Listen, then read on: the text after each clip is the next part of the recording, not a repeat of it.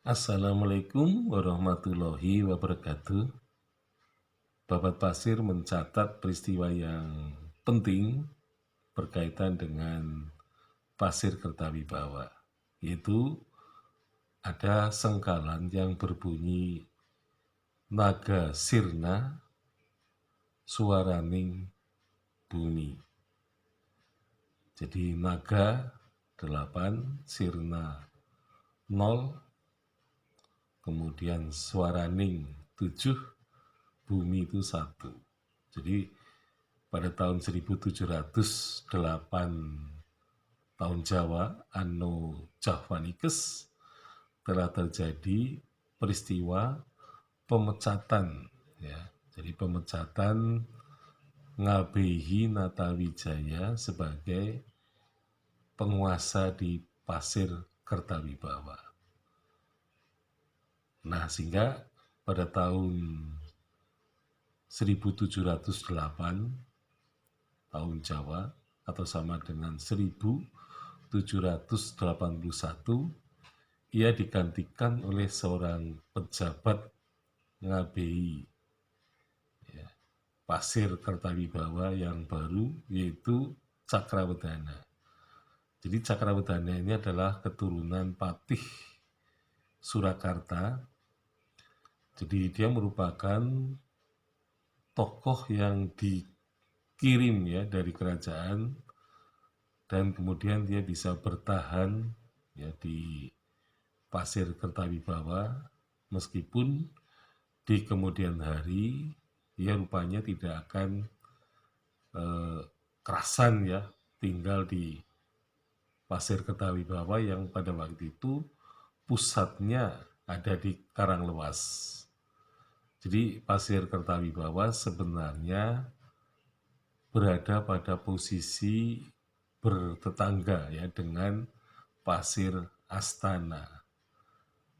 Nah, tetapi kemungkinan besar ya kalau kita melihat dari kebiasaan atau tradisi masyarakat di sana, tampaknya orang luar masih belum bisa diterima dengan baik. Nah, sehingga kemungkinan besar inilah yang menyebabkan Cakrawedana bertahan gitu ya di Pasir Kertawibawa tidak lama ya. Nah, inilah yang kemudian menjadikan ya Pasir Kertawibawa itu sedikit demi sedikit ya akan hilang dari peredaran sejarah seiring dengan perkembangan ya, terutama Pasir Astana tetap bertahan dengan kuat. Ini merupakan keturunan Pangeran Langkap atau Pangeran keturunannya lagi yang lebih tua adalah Pangeran Parlangon yang dulu merupakan ngabehi dari Pasir Batang. Jadi ngabehi Pasir Batang, kemudian ini jabatannya di kemudian hari diambil alih oleh keturunan Jaka Sule atau yang terkenal sebagai Ngabehi Kertalangu. Nah, kemudian dari situlah maka tergeser ya keturunan Pangeran Perlangon dan juga Pangeran Langkap, dan kemudian yang Pangeran Langkap ini menjadi penguasa yang disebut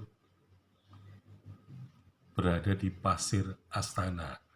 Jadi Pasir Batang kemudian terbagi menjadi dua, yaitu Pasir Kertawibawa dan kemudian di sisi lain ada Pasir Astana, ya, terutama yang disitulah ya para Demang keturunan Pangeran Langkap sejak tahun 1601 mereka eksis ya sebagai orang-orang yang memerintah pada daerah perdikan Pasir Astana, yaitu sebagai temang-temang dari Pasir Wetan, Pasir Kulon, Pasir Lor, dan Pasir Kidul.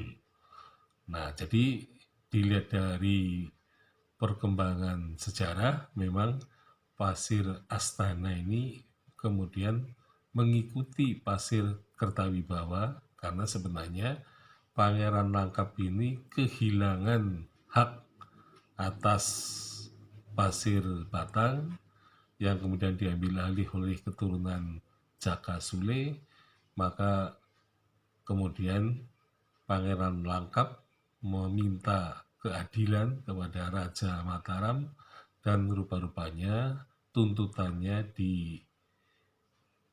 diterima sehingga kemudian ia dijadikan sebagai kepala atau pengelola desa Perdikan yang kemudian di situ semakin lama dari satu Perdikan kemudian berkembang menjadi 4. Jadi perkembangannya tentu saja Pasir Kulon lebih dulu, nah kemudian diikuti oleh Perdikan pasir yang lain dan semuanya masih mengaku keturunan dari Pangeran Langkap.